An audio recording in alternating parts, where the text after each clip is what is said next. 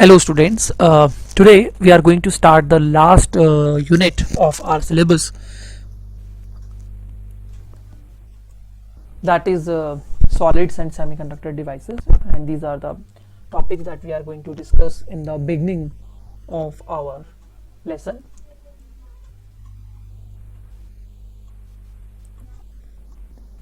Chapter में enter करने से पहले एक बार हम ये भी देख लें कि जो सेमीकंडक्टर डिवाइसेस हैं, these are the building blocks of modern technological advancements that we are enjoying today. अगर हम बात करें कंप्यूटर्स, लैपटॉप्स और मोबाइल्स, स्मार्टफोन जो हम यूज कर रहे हैं, ये जो टेक्नोलॉजिकल एडवांसमेंट हम अपने आसपास देख रहे हैं, ये एक्चुअली में अगर आपने सुना होगा पहले भी कि जो कंप्यूटर्स होते थे स्टार्टिंग में जो इन्वेंट हुए थे, वो इतने बड़े होते थे कि उनको आप कह सकते हैं यूज करने के लिए, उनको ऑपरेट करने के लिए पूरा बिग हॉल, पूरी बिल्डिंग जितना बड़ा हॉल हमें चाहिए होता था, और उसके अंदर हम पूरे कंप्यूटर के कंपोनेंट्स को जोड़ते थे. लेकिन आज आप देखिए, एक कंप्यूटर आपके मोबाइल के फॉर्म में, ऐप की फॉर्म में या लैपटॉप की फॉर्म में कितना कॉम्पैक्टली फिट हो जाता है, और स्पेस एफिशिएंट ये जो बना है, आप कह सकते हैं आजकल के जो मॉडर्न डिवाइसेस हैं वो कैसे बने हैं, उनका जो बेसिक्स है वो इसी टॉपिक, इसी चैप्टर सेमीकंडक्टर डिवाइसेस में है.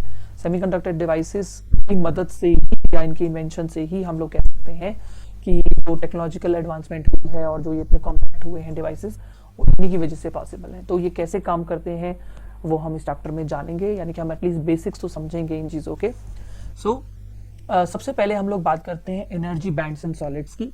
वैसे तो हमारा जो चैप्टर है वो सेमीकंडक्टर्स के ऊपर मेनली फोकस्ड है, लेकिन semiconductor is a type of solid. तो वो किस तरह का सॉलिड है, उसके अंदर क्या होता है, उसको हम समझने के लिए हमें एनर्जी बैंड समझने पड़ेंगे. तो पहली बात तो क्वांटम मैकेनिकल लॉज, जो आपने फिजिक्स में आप कहेंगे बोहर मॉडल में थोड़ा बहुत स्टार्टिंग हुआ था कि एनर्जीज जो होती हैं इलेक्ट्रॉन्स की, वो एटम के अंदर, न्यूक्लियस के अराउंड क्या होती हैं, वो कोई आर्बिट्रेरी वैल्यूज नहीं ले सकती, वो कुछ फिक्स या क्वांटाइज वैल्यू भी ले सकती हैं. इस बात को आगे फर्दर आप प्रोपोगेट करते हो, क्योंकि अभी आप ये चीज़ हिस्ट्री में पढ़ते रहो कि भाई आप कह सकते हैं कि एटम के अंदर जो इलेक्ट्रॉन्स के जो कॉन्फ़िगरेशन होते हैं, जैसे इस तरीके से आप पढ़ते हैं 1s2, 2s2, 2p6, ये जो शेल्स और सब शेल्स हैं इलेक्ट्रॉन्स के एनर्जी लेवल्स के. तो उसमें हमने क्या पढ़ा कि इलेक्ट्रॉन की जो एनर्जी है वो कोई भी वैल्यू लेने के लिए अलाउड नहीं है, उसको कुछ फिक्स वैल्यू लेनी ही अलाउड है. नेक्स्ट इज, अब हम कह रहे हैं कि जब हमारे पास एक एटम है, जैसे कि मान लीजिए हमारे पास ये एक एटम है और इसके अंदर न्यूक्लियस है और इसके अराउंड क्या है, इलेक्ट्रॉन्स होंगे, इलेक्ट्रॉन्स हो सकते हैं. तो हम लोग ये कह रहे हैं इस पॉइंट के अंदर कि जो एटम की अगर हम बात करेंगे, जब एटम अकेला है तो उसके पास कुछ कॉन्फ़िगरेशन है. जैसे अगर मैं एग्जांपल लूंगा सिलिकॉन का, तो सिलिकॉन का जो कॉन्फ़िगरेशन होता है वो क्या होता है, 1s2, 2s2, 2p6, 3s2, 3p2. Configuration is 1s2, 2s2, 2p6, 3s2, 3p2 because the atomic number is 14. So this kind of electronic configuration is of silicon when it is isolated, जब वो अकेला है. अब अगर आप मान लीजिए कि आपके पास ऐसे बहुत सारे एटम्स हैं और वो एटम्स अभी एक दूसरे से दूर हैं, they are at some distance, ठीक है, वो एटम्स एक दूसरे से क्या हैं, दूर हैं, तो सबके अंदर जो इलेक्ट्रॉनिक कॉन्फ़िगरेशन होगा वो यही होगा, 1s2, 2s2, 2p6, 3s2, 3p2, because we are talking about silicon. Now if these all atoms are individual, अगर हम ये सारे मानेंगे, सबका कॉन्फ़िगरेशन जो इलेक्ट्रॉन्स इसके अंदर 14 इलेक्ट्रॉन्स पड़े हैं, उनका जो कॉन्फ़िगरेशन है वो यही होगा, उनके एनर्जी लेवल्स का स्ट्रक्चर यही होगा, ठीक है, सबके अंदर, क्योंकि अभी एक दूसरे से अलग अलग हैं और सबके लेवल्स इस तरीके से डिस्क्राइब्ड होंगे, सबके पास इस तरीके से एनर्जीज अवेलेबल होंगी. लेकिन जब यही आप क्या कहेंगे कि एटम्स एक दूसरे के क्लोज आकर एक क्रिस्टल स्ट्रक्चर बना लेते हैं, ठीक है, मान लो यही एटम्स एक दूसरे के क्लोज आकर एक क्रिस्टल स्ट्रक्चर बना लें, लाइक दिस.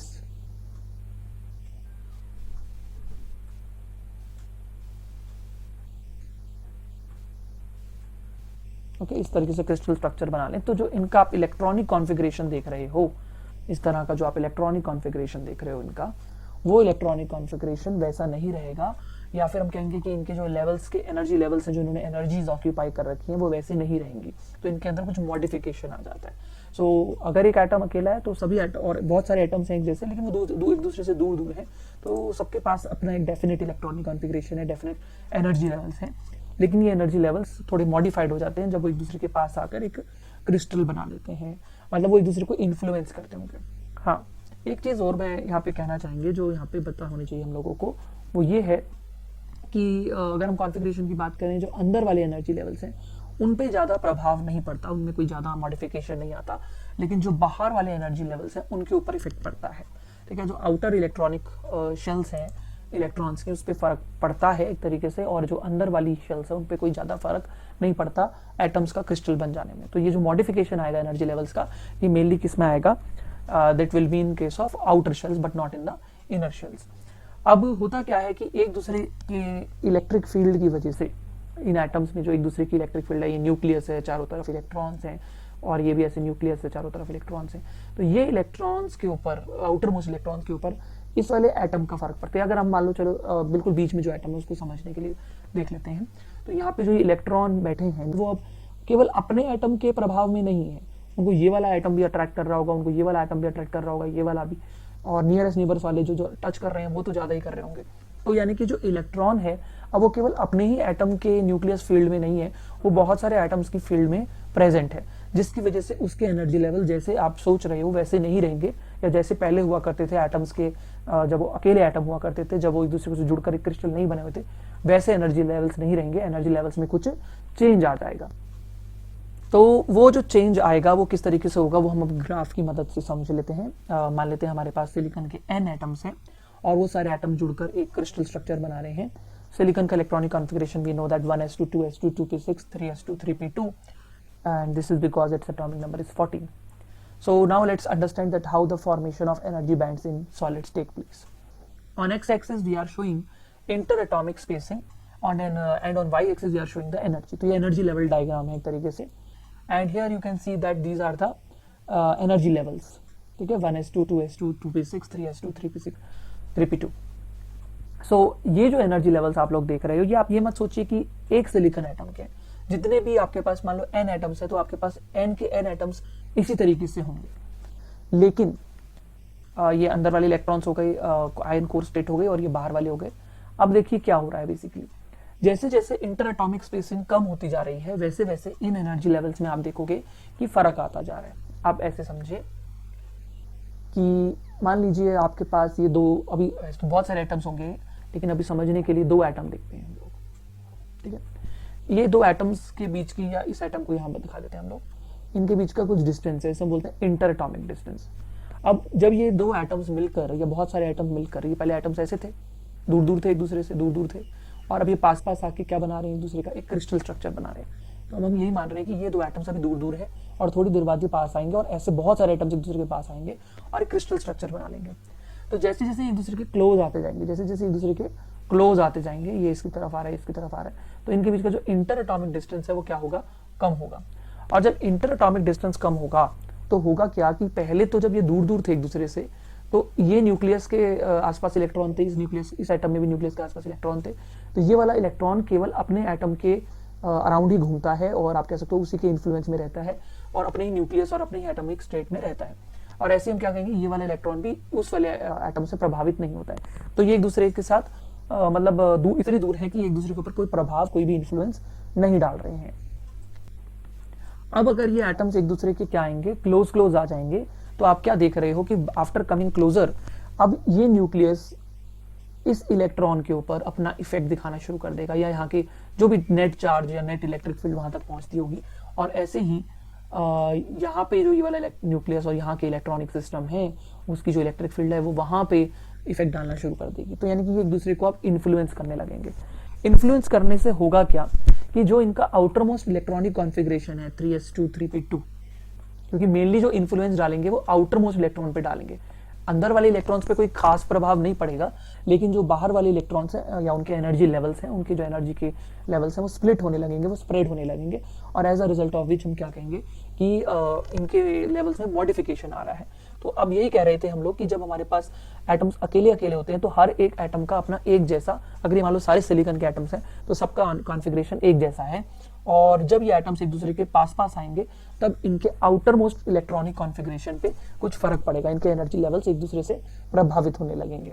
तो अभी हम इसका अगर जैसा कि वो डायग्राम बना हुआ है उस डायग्राम को अगर हम समझें तो उसके अंदर हम देखेंगे कि मान लो हमारे पास ये वाई एक्सिस पे क्या है, एनर्जी है, और एक्स एक्सिस पे क्या है, inter atomic distance R, inter atomic distance या स्पेसिंग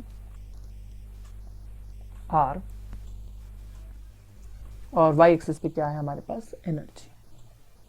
ओके, अब यही बात हम जो दिखा रहे थे आप लोगों को कि अगर मान लो हमारे पास ये दो एटम्स हैं और ये दो एटम्स एक दूसरे से बहुत दूर है, इनके बीच का जो डिस्टेंस है वो बहुत ज्यादा है, तो ये एक दूसरे पे इन्फ्लुएंस नहीं डाल रहे हैं। दो क्या है, आप 200 एटम सोच लो, हजारों एटम सोच लो, तो अगर हम उनके कॉन्फ़िगरेशन की बात करें तो उनका जो कॉन्फ़िगरेशन है, जैसे हम कह रहे थे इट इज 1s2, 1s की एनर्जी सबसे कम होती है, 2s की उससे थोड़ी ज्यादा होती है, फिर 3s2,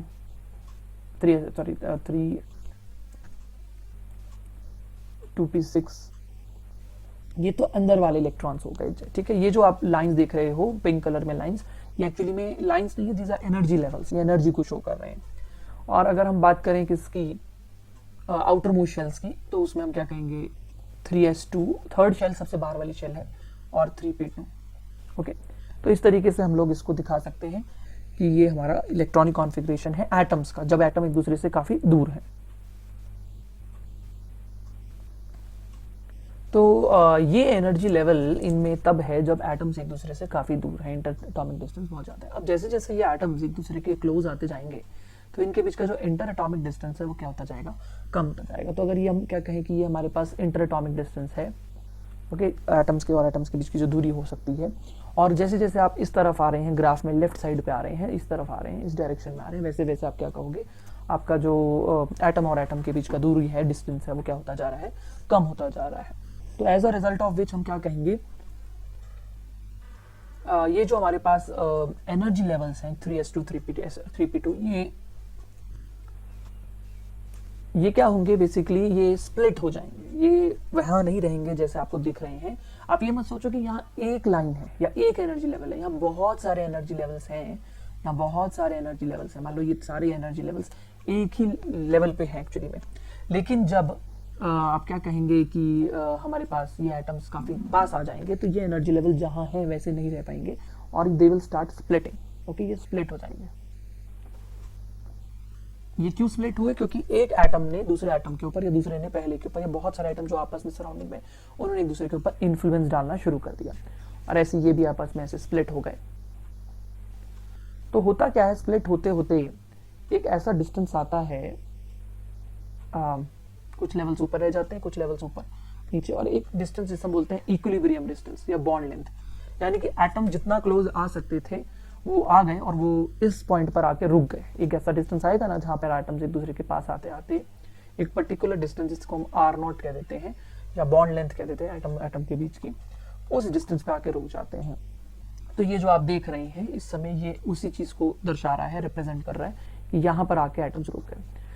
और इस डिस्टेंस पे आके रुकने के बाद आपको दिख रहा होगा कि कुछ लेवल जो हैं वो ऊपर हैं, कुछ लेवल्स नीचे हैं, और एक ऐसे बीच में जगह है जहाँ पे लेवल्स ही नहीं है।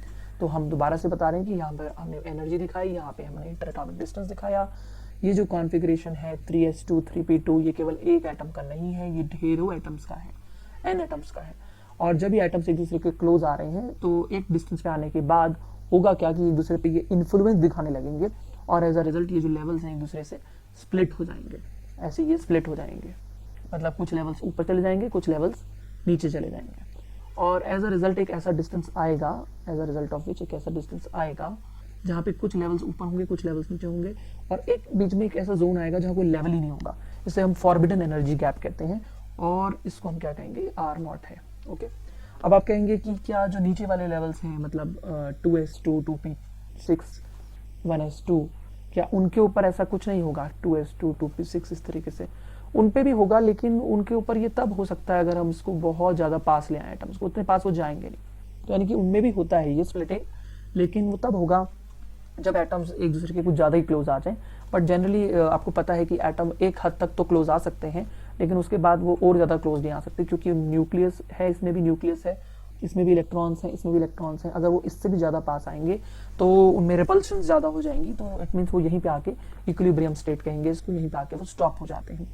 तो हमारे पास जो स्प्लिटिंग देखने को मिल रही है कंसिडरेबल, एनर्जी लेवल्स की स्प्लिटिंग, मतलब कुछ लेवल्स ऊपर चले गए, कुछ लेवल्स नीचे चले गए, वो आपको कहाँ पे देखने को मिल रही है? इस इक्विलिब्रियम डिस्टेंस आर नॉट पे, मेनली आउटर मोस्ट शेल में देखने को मिल रही है।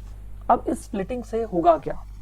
इस स्प्लिटिंग से होगा क्या, आप थोड़ी देर के लिए इसको ऐसे समझें कि 3s के अंदर 2 इलेक्ट्रॉन्स थे और 3p में 2 इलेक्ट्रॉन्स थे एक एटम के, ठीक है। तो हम क्या कहेंगे कि हमारे पास एक एटम है और उसके अंदर टोटल 4 इलेक्ट्रॉन, लेकिन अगर हमारे पास n सिलिकॉन एटम्स हो गए, अगर हमारे पास n सिलिकॉन एटम, एक सिलिकॉन एटम में आउटर मोस्ट इलेक्ट्रॉन कितने? 4, लेकिन n सिलिकॉन एटम्स में आउटर मोस्ट इलेक्ट्रॉन कितने होंगे? 4 इंटू n। ओके, अब हम क्या कहेंगे, हमारे पास लेवल्स कितने हैं, भरने की जगहें कितनी है? आप कहोगे कि 3s के अंदर 2 जगहें हैं और भरने की हमारे पास 3p में कितनी जगहें हैं? 6 इलेक्ट्रॉन्स फिल हो सकते हैं और 3s में 2। तो आपके पास टोटल जो लेवल्स हैं वो 8 लेवल्स हैं। एक सिलिकॉन में 8 लेवल्स हैं, जिसमें से आप क्या कहोगे 4 लेवल्स फिल्ड है, और ऐसी n सिलिकॉन एटम्स के अंदर 8n लेवल्स होंगे, जिसमें से 4n लेवल्स फिल्ड है। मतलब होगा ये कि जब ये लेवल्स स्प्लिट हुए, कुछ लेवल्स ऊपर रह गए और कुछ लेवल्स नीचे रह गए, आपके पास टोटल कितने लेवल्स अवेलेबल हैं? 8n levels. ओके, लेकिन इलेक्ट्रॉन कितने अवेलेबल हैं? आउटर मोस्ट इलेक्ट्रॉन वो है हमारे पास, जिसे हम वैलेंस इलेक्ट्रॉन्स भी बोलते हैं, क्योंकि वो आउटर मोस्ट शेल में है, तो हम उसका कहेंगे 4n।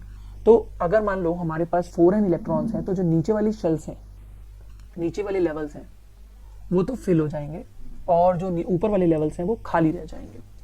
तो अब यहाँ पे एक चीज मैं आपको क्लियर कर दूं कि जब एटम्स एक दूसरे से बहुत दूर दूर हैं, तो उनके अंदर इलेक्ट्रॉनिक कॉन्फ़िगरेशन वैसे ही होते हैं जैसे कि एक एटम में होने चाहिए, ठीक है। 1s2 2s2 2p6 3s2 3p6 3p2, जिसकी हर किसी की एक पर्टिकुलर एनर्जी होती है। लेकिन जब ये एटम्स एक दूसरे के पास पास आते हैं और पास पास आने की वजह से आप क्या कहोगे कि ये एटम एक दूसरे के ऊपर इन्फ्लुएंस दिखाने लगते हैं और क्रिस्टल स्ट्रक्चर का पार्ट बनना शुरू कर देते हैं। बहुत सारे एटम्स पास पास आके क्रिस्टल बनाना शुरू कर देते हैं, तो इनके जो लेवल्स हैं वो क्या हो जाते हैं? स्प्लिट हो जाते हैं। मतलब आप ये नहीं सोच सकते हो कि भाई सभी के एटम्स की एनर्जी इतनी ही होगी। आप देखो कुछ की एनर्जी उससे कम हो गई है और कुछ की एनर्जी उससे ज्यादा हो गई है। लेवल्स क्या हो जाते हैं? स्प्लिट हो जाते हैं। तो यहाँ पे जो ये बहुत सारे लेवल्स का एक कलेक्शन है, बहुत सारे लेवल्स जो एक दूसरे के बहुत क्लोज लाई कर रहे हैं, इसको हम क्या बोलते हैं? Energy band. एनर्जी बैंड, ये भी एनर्जी बैंड है, और जो नीचे आप देख रहे हो बहुत सारे लेवल्स जहां पे इलेक्ट्रॉन भरे हुए हैं, ये भी एनर्जी बैंड है।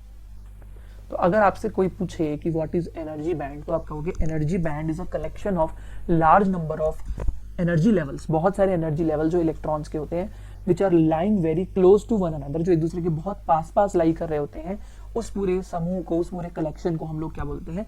Energy band. तो आपको समझ में आएगा कि energy band is a group और collection of large number of energy levels of electron lying very close to one another. अब ये जो ऊपर वाला एनर्जी बैंड है और जो नीचे वाला एनर्जी बैंड है, इसमें फर्क क्या है? आपको फिर एक बार बता दें कि सिलिकॉन के अंदर 8 जगहें हैं इलेक्ट्रॉन भरने की। If you see you have 8 places. आप यहाँ पे 2 इलेक्ट्रॉन भर सकते हो, यहाँ पे आप 6 इलेक्ट्रॉन भर सकते हो, तो आप भर सकते हो ना टोटल 8 इलेक्ट्रॉन्स अलग अलग लेवल्स पे। तो 8 आपके पास जगहें हैं, लेकिन इलेक्ट्रॉन कितने हैं वैलेंस शेल में? केवल 4, ठीक है। तो 8 में से 4 जगह ही इलेक्ट्रॉन भरे हुए हैं। तो आपके पास एक सिलिकॉन एटम अकेला होता तो उसमें 4 वैलेंस इलेक्ट्रॉन होते, लेकिन भरने के लेवल्स कितने होते? 8, ठीक है। हम हर एक को जिसमें 2 इलेक्ट्रॉन भरे जा रहे हैं उनको डिफरेंट लेवल्स मान रहे हैं। अब अगर आपके पास n सिलिकॉन एटम्स होते, आपके पास n सिलिकॉन एटम्स होते, तो उसमें अगर एक में 4 इलेक्ट्रॉन है तो n में कितने होंगे? 4n। तो 4n में से अगर अभी n अगर मान लो हम 1000 मान लें, मतलब आपके पास 4000 इलेक्ट्रॉन होंगे एक सिलिकॉन एटम में। अगर आपके पास, मैं इसको फिर से लिख देता हूं कि अगर एक सिलिकॉन एटम में, यहां लिख देते हैं, एक सिलिकॉन एटम में 4 वैलेंस इलेक्ट्रॉन या आउटर मोस्ट इलेक्ट्रॉन है एक सिलिकॉन एटम में, ठीक है, और भरने के लिए लेवल्स कितने हैं? 8 जगहों पर इलेक्ट्रॉन भर सकते हैं हम लोग। तो अगर आपके पास 1000 सिलिकॉन एटम्स हो गए, 1000 सिलिकॉन अगर आपके पास एटम्स हो गए, तो उसमें कितने इलेक्ट्रॉन होंगे? 4000 इलेक्ट्रॉन्स, वैलेंस इलेक्ट्रॉन्स। तो लेवल्स भी कितने हो जाएंगे? 8000 भरने की जगह हो जाएंगे लेवल्स। लेकिन क्या 8000 की 8000 भर पाओगे? जगहें आपके पास 8000 है, लेवल्स आपके पास 8000 हैं, 8000 है, लेकिन इलेक्ट्रॉन्स कितने हैं? मात्र 4000। तो एज अ रिजल्ट हमने क्या देखा कि जो इसका एनर्जी लेवल डायग्राम है उसको देखकर पता चल रहा है कि आधे, जब स्प्लिटिंग हुई कुछ लेवल्स ऊपर चले गए, कुछ लेवल्स नीचे चले गए, तो स्प्लिटिंग होने के बाद जो नीचे वाले लेवल्स हैं वो पहले भरेंगे। ये एनर्जी का रूल होता है कि जो लोअर एनर्जी लेवल्स हैं वो पहले फिल किए जाते हैं और बाद में आपके अपर। हम नीचे से स्टार्ट करते हैं सीढ़ी को, एनर्जी की सीढ़ी को। तो वाई एक्सिस, इसको आप मानो कि यहाँ एनर्जी के लेवल दिखा रखे हमने। तो जो ऊपर देख रहे हो वो भी एनर्जी बैंड है, नीचे देख रहे हो यहाँ पे भी एनर्जी बैंड है, लेकिन जो बीच में जगह खाली रहेगी वहां कोई एनर्जी का लेवल नहीं है। इसको हम फॉरबिडन एनर्जी गैप कहते हैं। तो जिन लेवल्स में या जिस बैंड में, बैंड क्या है, बहुत सारे लेवल्स का ग्रुप, जिस लेवल्स में या जिन बैंड्स में आप क्या कहोगे इलेक्ट्रॉन भर गए हैं, इससे बोलेंगे हम वैलेंस बैंड या वैलेंस एनर्जी बैंड। और जो खाली रह गए हैं उसको हम क्या बोलते हैं, जनरली अनफिल्ड रह गए, हमने क्या बोलते हैं हम लोग, कंडक्शन बैंड या कंडक्शन एनर्जी बैंड। तो एनर्जी बैंड के भी दो टाइप हो गए, एक वैलेंस एनर्जी बैंड और एक कंडक्शन एनर्जी बैंड या simply conduction band. Valence band जैसे कि नाम से पता चल रहा है कि जहां पे या लेवल जो होंगे वैलेंस बैंड में, जहां पे जो लेवल्स होंगे वो क्या होंगे, वैलेंस इलेक्ट्रॉन्स के द्वारा भरे होंगे। These are the bands in which the energy levels are being filled by the valence electrons of the atom. Atom के वैलेंस इलेक्ट्रॉन थे ना जो सबसे बाहर वाली शेल के थे 3s2 3p2 वाले, उन्होंने यहाँ पे पूरे फिल हो गए। मान लो अगर 1000 से लेकर एटम्स हैं तो उसके जो 4000 इलेक्ट्रॉन है वो इन 4000 लेवल्स में भर गए हैं। लेकिन ऊपर के जो 4000 लेवल्स हैं वो क्या रह गए हैं, खाली रह गए हैं, एम्प्टी रह गए हैं, और उसको हम क्या बोलते हैं, कंडक्शन बैंड। अब इसके कंडक्शन बैंड क्यों बोल रहे हैं, इसके आगे हम थोड़ा सा और भी पढ़ेंगे वैसे तो, कि जब इलेक्ट्रॉन फ्री होता है, आपको पता है metals are good conductors. Why metals are good conductors, because they have free electrons. तो जब भी आपको इलेक्ट्रिसिटी का फ्लो कराना है तो आपको क्या चाहिए, फ्री इलेक्ट्रॉन्स चाहिए, कंडक्ट करने के लिए चाहिए। तो इसमें कंडक्ट करने के लिए तब आएगा जब वो इलेक्ट्रॉन फ्री होगा। तो किसी तरीके से अगर इलेक्ट्रॉन को एनर्जी मिल जाए और वो यहाँ पे आप कह सकते हैं कि इधर से इधर जंप कर जाए, मीन्स वो वैलेंस बैंड से कंडक्शन बैंड में जंप कर जाए, तो वो इलेक्ट्रॉन फ्री हो जाएगा और वो कंडक्ट करेगा वो इलेक्ट्रिसिटी को। It can move freely like a free electron and therefore it will contribute toward the conduction of electricity. ठीक है, वो इलेक्ट्रिसिटी का कंडक्ट करेगा। इसलिए इस ऊपर वाले लेवल को हम लोग, या इस ऊपर वाले बैंड को, इस लेवल्स के ग्रुप को हम लोग क्या बोलते हैं, कंडक्शन बैंड। और यहाँ पे क्योंकि वैलेंस इलेक्ट्रॉन भरे हुए हैं तो उसको हम क्या बोलेंगे, वैलेंस बैंड। इसी बात को हम लोग एक बार इस पावर पॉइंट प्रेजेंटेशन में भी देख लेते हैं। आपको एक्स एक्सिस पे इंटर एटॉमिक स्पेसिंग और वाई एक्सिस पे एनर्जी दिखा रखी है। एक्स एक्सिस पे मतलब एटम और एटम्स के बीच की जो दूरी है वो। तो ये ग्राफ में हम एक्चुअली राइट टू लेफ्ट जा रहे हैं, we are moving in this graph from right to left. अब आप देख रहे हो कि यहाँ तक, इस डिस्टेंस तक तो हम देख रहे हैं कि जो एनर्जी लेवल्स हैं वो अभी सेपरेट नहीं हुए हैं, स्प्लिट नहीं हुए हैं, ऊपर वाले लेवल्स भी और नीचे वाले लेवल्स भी। अब अगर ये इलेक्ट्रॉन्स हैं जो इन लेवल्स को फिल कर रहे हैं, और ये केवल लाइन जो है या जो एनर्जी लेवल्स हैं, ये केवल एक एटम को नहीं है, एन नंबर ऑफ एटम्स या 1000 एटम्स को या जितने भी एटम्स हैं उसको रिप्रेजेंट कर रहे हैं। ये इनर कोर स्टेट के इलेक्ट्रॉन्स हैं और ऊपर वाले आउटर मोस्ट हैं। अब ये जो यहाँ पे डॉटेड लाइंस दिखा रखी हैं, डिस्टेंस दिखा रहे हैं। जैसे जैसे डिस्टेंस क्या हो रहा है, यू कैन से कम होता जा रहा है, एटम्स क्लोज आते जा रहे हैं, वैसे वैसे एनर्जी लेवल्स जो है वो नीचे के जो लेवल्स हैं वो तो स्प्लिट नहीं हुए, वो तो नॉर्मल डिस्टेंस से भी ज्यादा जाकर स्प्लिट होंगे। लेकिन अभी हमारे लिए जो मेन इंटरेस्ट का पॉइंट है वो क्या है, आउटर मोस्ट इलेक्ट्रॉन्स के levels. So here at this distance A, what we can say that कि ये जो हमारे पास सिलिकॉन का एनर्जी लेवल डायग्राम है, इसमें इस डिस्टेंस पे आके आपको दिख रहा होगा there are some levels which are, यहाँ पे आप ऐसे बहुत सारे लेवल्स इमेजिन कर लें जो नीचे हैं और कुछ लेवल्स ऊपर हैं, और बीच में एक ऐसा रीजन आ रहा है जहाँ पे कोई भी लेवल नहीं है। तो जो ये नीचे वाला लेवल्स होंगे, जितने भी लेवल्स होंगे, ये लेवल्स इतने क्लोज होंगे कि ऐसा लगेगा कि डिस्क्रीटनेस खत्म होकर और ऑलमोस्ट एक एनर्जी बैंड बन गया, इसे हम वैलेंस बैंड कहेंगे। और जो ऊपर वाला बैंड है उसको हम क्या बोलेंगे, कंडक्शन बैंड। और जिस रीजन में कोई भी एनर्जी लेवल प्रेजेंट नहीं है उसको हम क्या बोलेंगे, या ये वाली एनर्जी का रेंज वो एनर्जी का रेंज है जिसको कोई भी इलेक्ट्रॉन ऑब्टेन नहीं करता है, उसको हम क्या बोलते हैं, फॉरबिडन। फॉरबिडन मतलब जो अलाउड ही नहीं है, नॉट अलाउड एनर्जी, मतलब ये गैप आ गया है एनर्जी का। अभी हम आगे कुछ बातें स्टार्ट करें तो हम लोग आई थिंक आपको ये बैंड थ्योरी, जिसे हम सारे को जो हम कॉन्सेप्ट पढ़ रहे हैं इसको हम बैंड थ्योरी कहते हैं। बैंड थ्योरी के बेसिस पे अगर हम लोग क्लासिफाई करें, if we classify different types of solid, classification of solids on the basis of band theory। जो हमारे सॉलिड्स हैं उनकी अगर हम क्लासिफिकेशन करें, जो अलग अलग तरह के सॉलिड्स हैं उनकी अगर हम क्लासिफिकेशन करें बैंड थ्योरी के आधार पर, तो उसमें हम क्या समझेंगे, सॉलिड्स तीन टाइप के हो सकते हैं।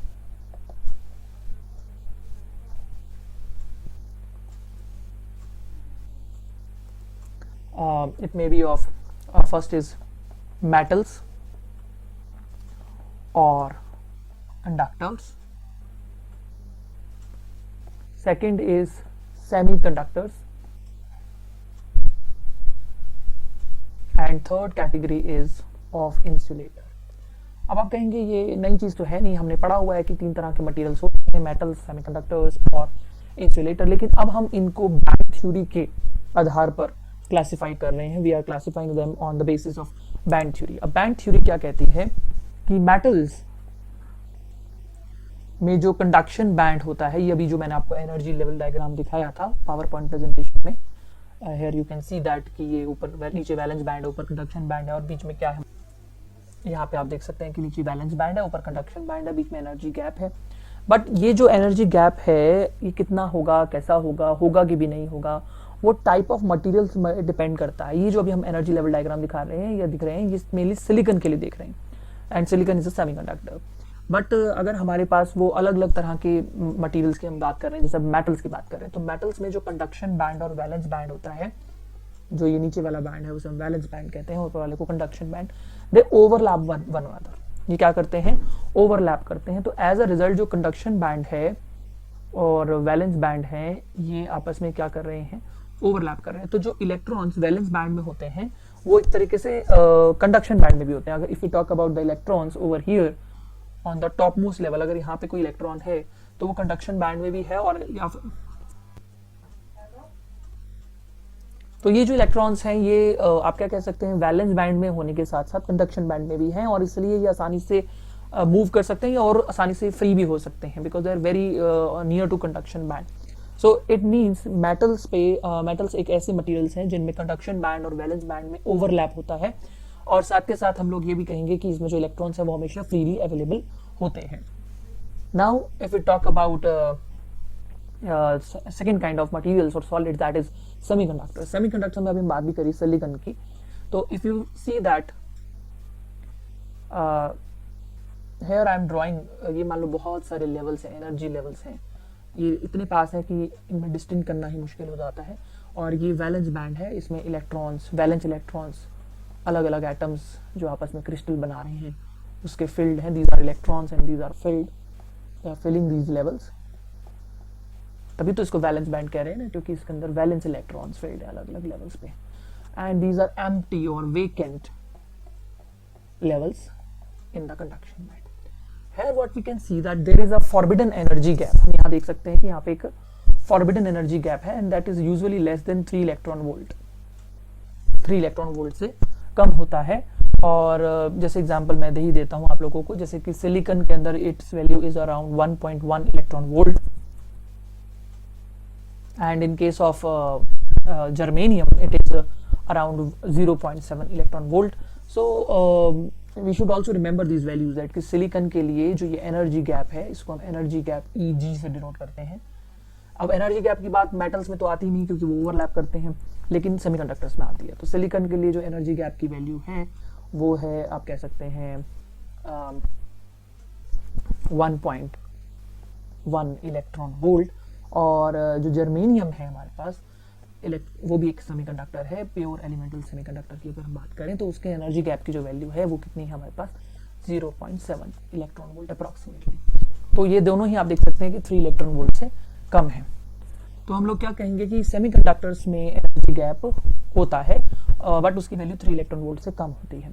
अब अगेन जैसे हम कह रहे थे कि किसी तरीके से अगर इसको एनर्जी मिल जाए, रूम टेम्परेचर आसपास जो थर्मल एजिटेशंस हो जाती हैं मॉलिक्यूल्स की, तो उसकी वजह से अगर एनर्जी मिल जाए इलेक्ट्रॉन को किसी भी तरीके से, तो ये इलेक्ट्रॉन कंडक्शन बैंड को छोड़कर वैलेंस बैंड में चला जाएगा और वहां पे ये फ्री इलेक्ट्रॉन की तरह एक्ट करेगा, and therefore it can conduct electricity. Okay, तो ये इलेक्ट्रॉन्स जो हैं वो इलेक्ट्रिसिटी को कंडक्ट कर सकते हैं कंडक्शन बैंड में जाकर। तो इनके लिए पॉसिबल है कि वो इलेक्ट्रॉन जा सकें और इलेक्ट्रिसिटी को कंडक्ट कर सकें। पीछे ये होल्स छोड़ जाते हैं, अभी हम बताएंगे होल्स भी क्या होते हैं इसके बारे में। Now let's talk about insulator.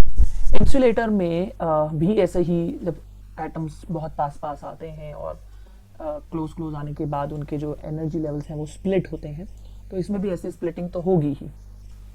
और valence band, conduction band, energy के जो बैंड्स हैं, this is not something real. आप कहें कि सच्ची में ऐसा कुछ कुछ सीढ़ियाँ होती हैं जो अलग अलग हो जाती हैं, this are just a graph. Energy का हमने वाई एक्सिस पे एनर्जी दिखा रखा है और ये लेवल्स दिखा रखे हैं लोगों ने, ठीक है। तो ये वैलेंस बैंड है और ये क्या है, कंडक्शन बैंड है।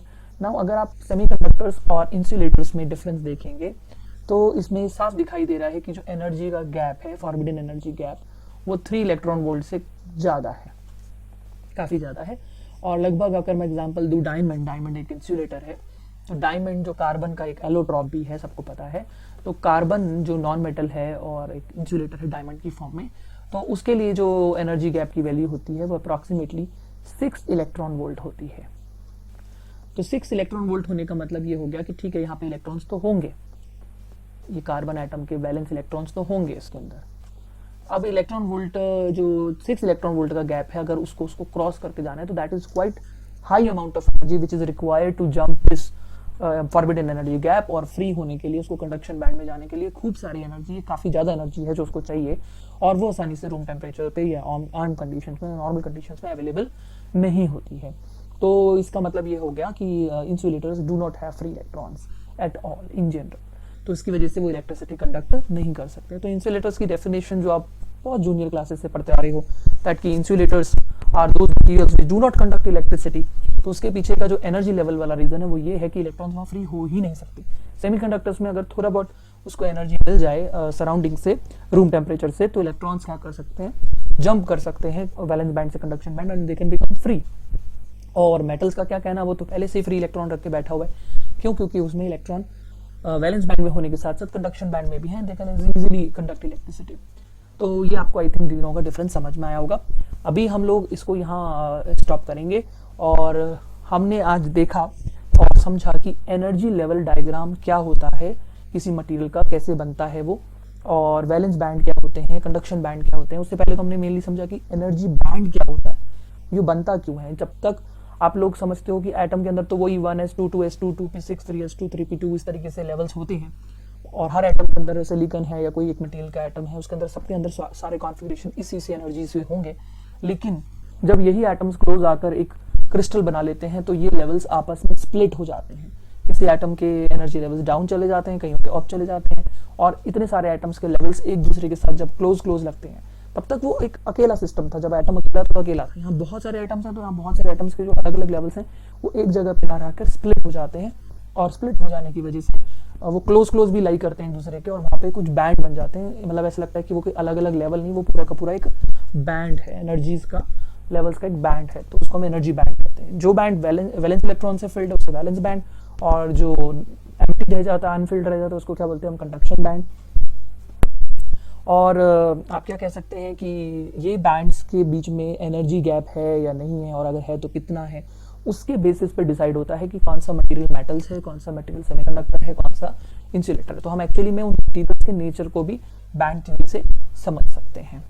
तो अभी हम यहाँ पे स्टॉप करेंगे। अगले लेसन में हम लोग देखेंगे कि हमारे जो ये सेमीकंडक्टर, जो हमारा मेन टॉपिक तो ये सेमीकंडक्टर है ना, तो ये जो सेमीकंडक्टर्स हैं, इसमें अभी हम बात भी कर रहे थे सिलिकॉन, जर्मेनियम की, इसके क्या क्या टाइप्स हो सकते हैं उसके अंदर हम बात करेंगे, that what are the different types of semiconductors, how they helpful in designing some very important devices, सब कुछ पढ़ेंगे। तब तक आप लोग नोट्स बनाते रहें, चीज़ों को साथ साथ रिवाइज करते रहें, जिससे कि आपको अगले वाले लेसन भी आसानी से समझ में आए। Okay, keep learning and practice.